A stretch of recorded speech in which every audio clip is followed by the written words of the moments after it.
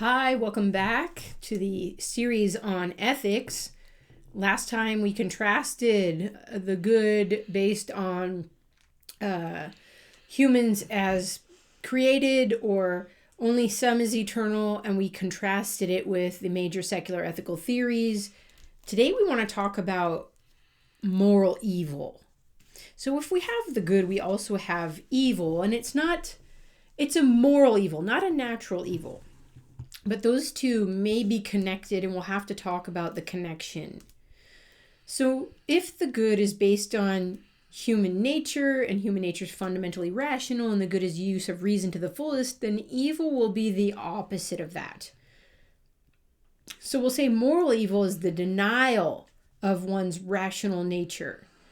And not just the denial, but it's the denial of one's nature to avoid what is clear to reason. So some things are clear to reason. Moral evil denies that some things are clear to reason and denies our own reason. It is to neglect or avoid or resist or deny reason in the face of what is clear, particularly about ultimate reality or God. What is reason, though? We've talked about this in other places. Let's talk about reason. Reason in human beings is natural. It's not cultural or conventional. It's universal. It's the same in all people at all time. If you want to know more about reason, you should follow my Retrieving Reason podcast, where I go in deep detail about reason. Reason is ontological. It applies to being as well as to thought. It is transcendental. It is the source of authority for all human beings. It's the highest authority, and it's fundamental in human nature. It's basic to our emotions and our will. So that's a really brief summary about reason, but we deny that in ourselves. So if reason is an aspect of human nature, and it's an aspect of human nature where we use it to think, to grasp meaning, to understand, when we deny reason, we lose meaning. We have meaninglessness. And when we have less meaning, we have boredom.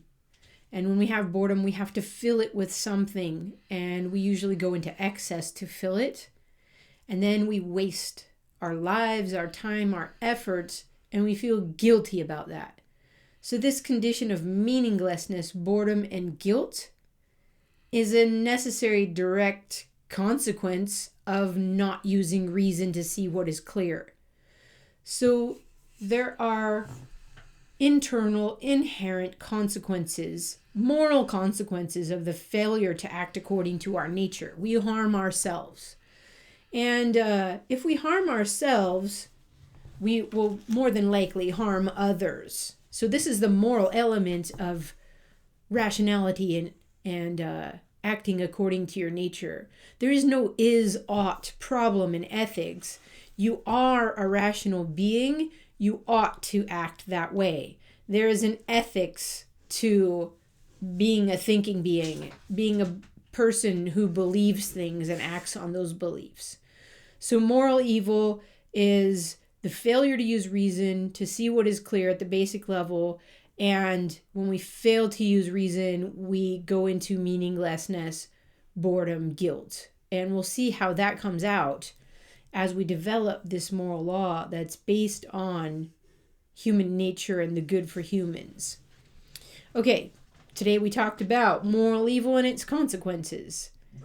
Next time, we're going to see if we could start developing a moral law based on the good.